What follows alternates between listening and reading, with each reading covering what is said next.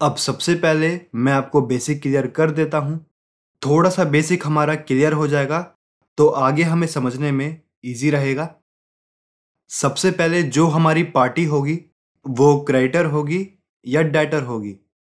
तो क्रेडिटर हमारे कौन होते हैं?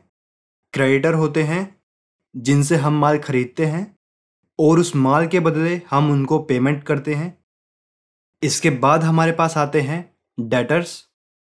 डेटर्स होते हैं जिनको हम माल बेचते हैं और उस माल के बदले हम उनसे पेमेंट रिसीव करते हैं। तो सबसे पहले हमें पार्टी का नेचर पता होना चाहिए। पार्टी हमारे लिए डेटर है या क्रेडिटर है। इसके बाद अब जो हमारे डेटर्स होंगे, अब डेटर की जगह मैं कस्टमर वर्ड यूज़ कर रहा हूँ ताकि समझने में और भी ज़्यादा ईजी रहे।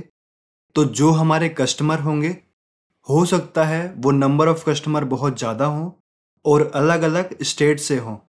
यहाँ पर एक कंडीशन और हो सकती है कि हमारे पास 3 या 4 सेल्स पर्सन हो। सेल्स पर्सन हमारे अलग अलग कस्टमर से डील करते हों। तो आगे जो हमारी रिपोर्ट्स जनरेट होंगी वो या तो स्टेट वाइज हो या सेल्समैन वाइज हो।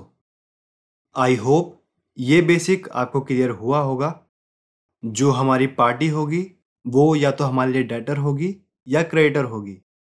और जो हमारे डेटर होंगे यानी जो हमारे कस्टमर होंगे, उनका डेटा हमें स्टेट वाइज मेंटेन करना है या सेल्समैन वाइज मेंटेन करना है। सबसे पहले इन दोनों चीज़ों को ही हम क्लियर करेंगे।